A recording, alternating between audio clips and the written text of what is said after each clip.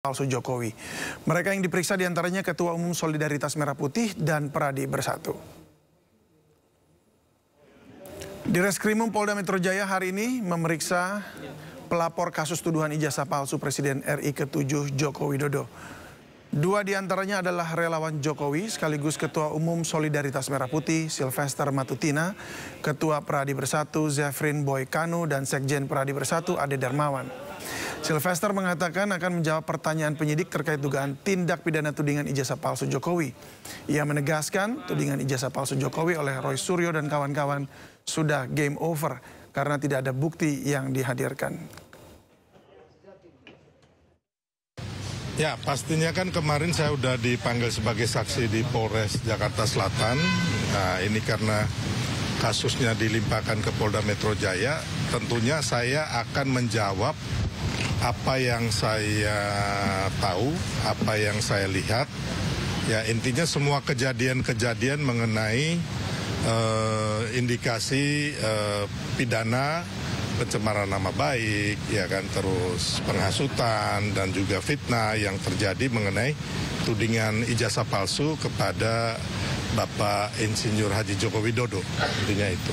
Ya. Bukti-bukti yang dibawa dari Polres Jakarta Selatan itu dibawa lagi ke Polda Metro Jaya ini nggak, Pak? Saya belum tahu ya, tapi kelihatannya bisa jadi sebagian dibawa atau nanti minta dilengkapin lagi ya.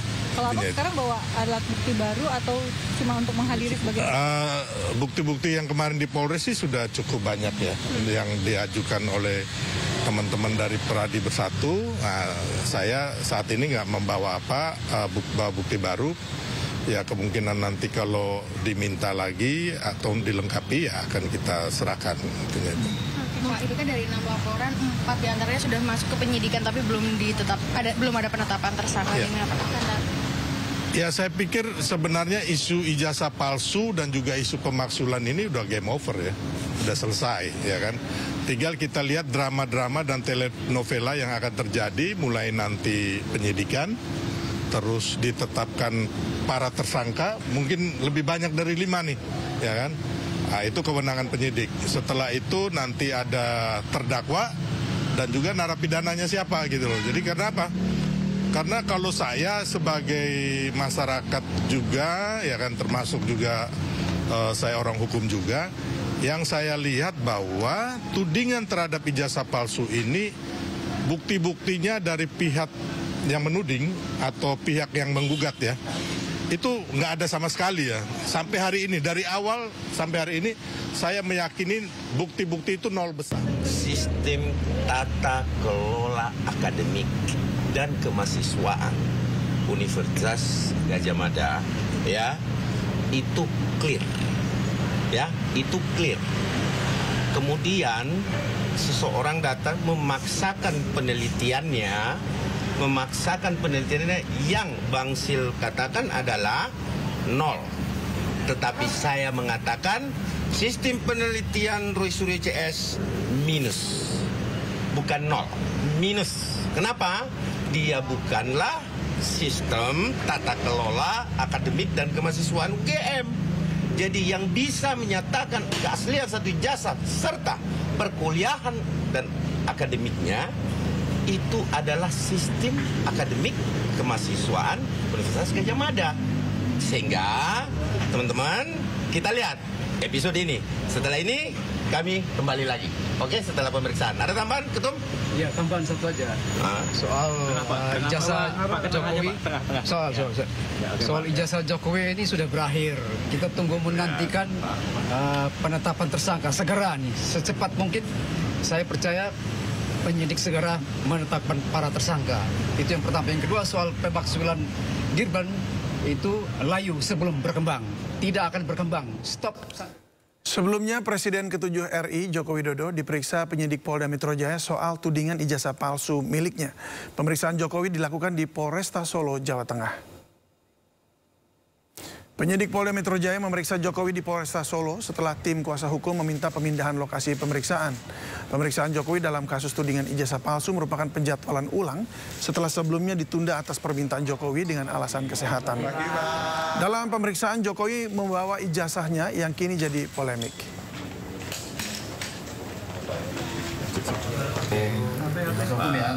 Jokowi diperiksa selama 3 jam di Polresta Solo, Jawa Tengah. Penyidik Polda Metro Jaya memberikan 45 pertanyaan kepada Jokowi terkait keaslian ijazahnya. Jokowi menegaskan tidak tahu sama sekali perihal ijazah yang diunggah Dian Sandi. Jokowi juga menyerahkan ijazah SMA dan S1-nya untuk kepentingan penyidikan.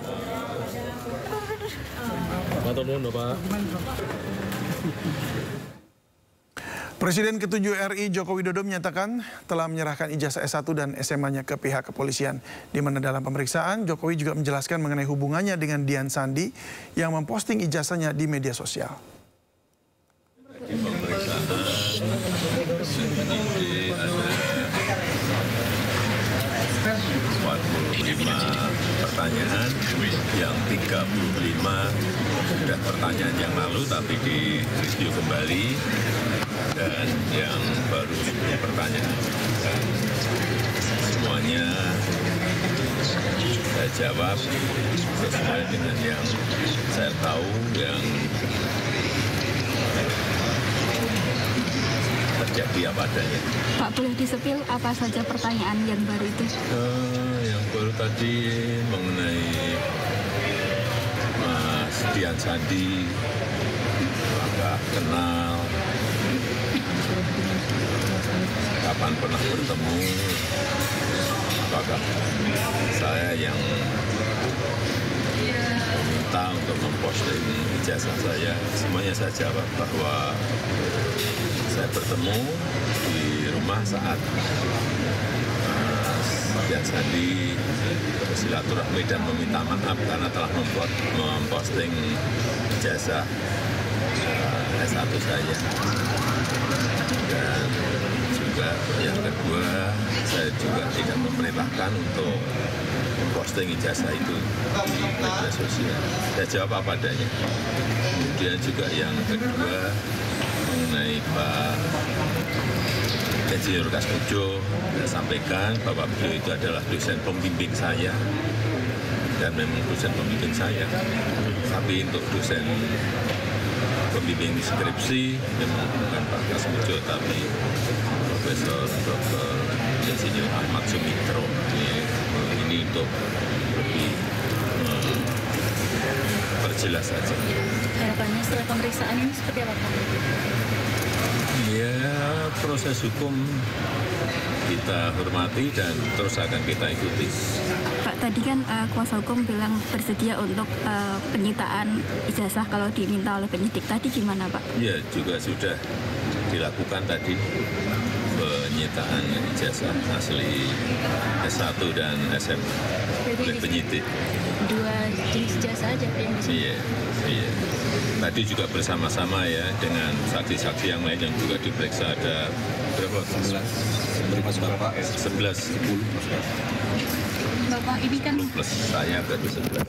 Bapak izin, Pak, ini kan naik ke penyidikan, gimana Pak perkembangan hukumnya? Ya, kita ikuti seluruh proses hukum, kita hormati seluruh proses hukum yang ada, dan sampai nanti di pengadilan kita lihat ya. Pak, terkait nama-nama yang sudah tersangka itu, Pak, apakah sudah sesuai dengan aduannya jenengan, Pak? Silakan yang berikutnya ditanyakan ke kuasa hukum. Ternyata pemeriksaannya juga ada 10 saksi lain yang diperiksa, dan para penyidik kan juga setelah memeriksa 8 orang hari Senin kalau tidak salah. Kemarin juga katanya ada, kami kurang tahu berapa orang, tapi hari ini tadi kami dengar ada 10 saksi lain. Iya, ada beberapa saksi lah yang terkait dengan perkara ini. Tadi kami dampingi, ada Pak Andra, Pak Fahri, Pak Firman, Pak Adam juga, Bu Sila semua.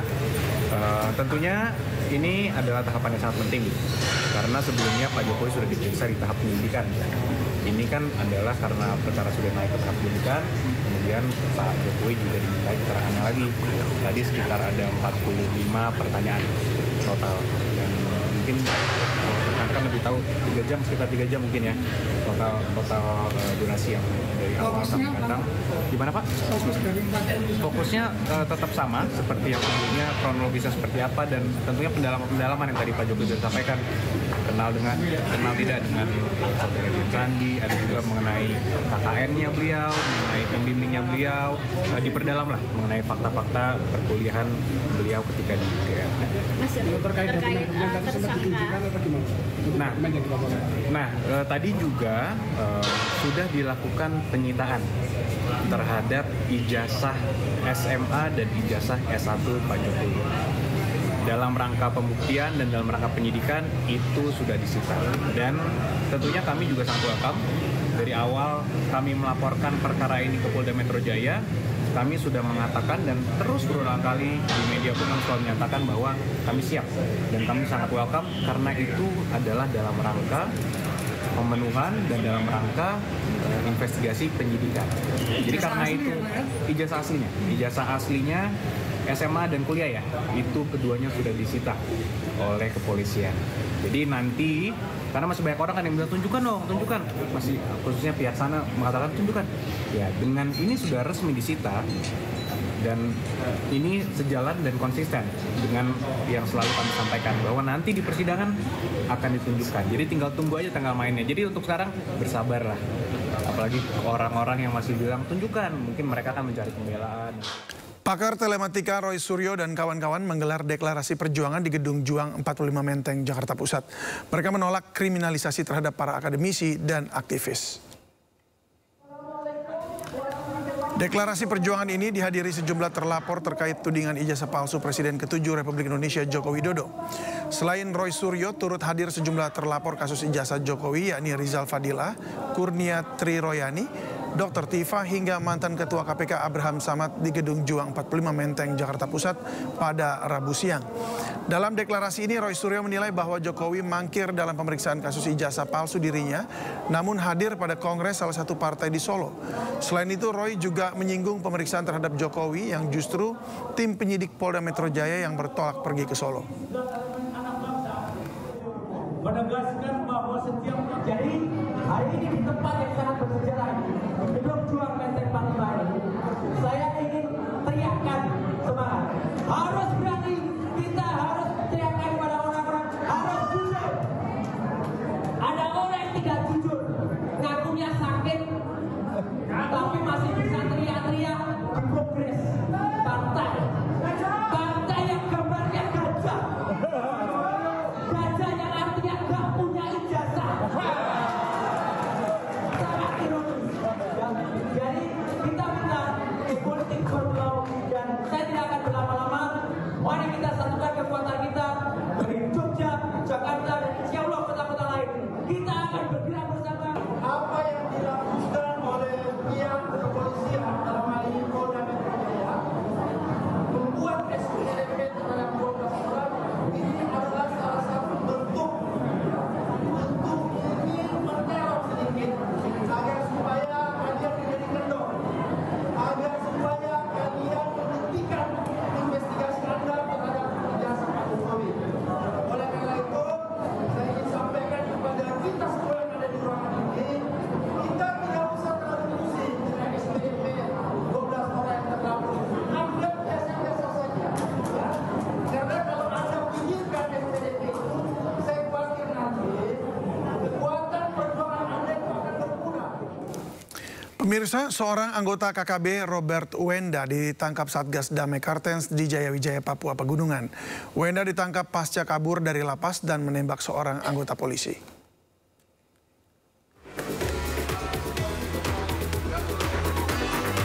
Inilah anggota kelompok kriminal bersenjata KKB Robert Wenda yang ditangkap di Jayawijaya, Papua Pegunungan usai kabur dari lapas kelas 2A AB Pura. Robert Wenda juga menembak anggota Polres Jayawijaya di depan Rumah Sakit Umum Daerah Wamena. Saat ditangkap, Robert mendapat pengawalan ketat dari aparat bersenjata lengkap. Selain Robert, petugas juga mengamankan satu anggota KKB lainnya sehingga total 2 orang yang diamankan. Pada hari Rabu, 23 Juli 2025, Satgas Operasi Damai Kartens berhasil mengamankan 2 target terduga pelaku kelompok kriminal bersenjata di Kabupaten Jayawijaya. Salah satu di antaranya adalah Robert Wenda alias kriminal Hasegem, DPO yang melarikan diri dari lapas kelas 2A Jayapura dan salah satu anggota aksi penembakan terhadap personil Polres Jayawijaya atas nama Bribka Marsidon de Bataraja. Penangkapan dilakukan secara terukur oleh personil Satgas Operasi Damai Karten dan didukung bukti serta data intelijen yang kuat. Kedua target kini diamankan di Polres Jayawijaya. Polri menegaskan tidak ada kompromi terhadap individu yang terlibat dalam kelompok kriminal bersenjata maupun tindakan kekerasan terhadap aparat negara dan masyarakat. Polri menegaskan akan selalu serius menjaga keamanan di tanah Papua dan memastikan akan memburu para pelaku kekerasan.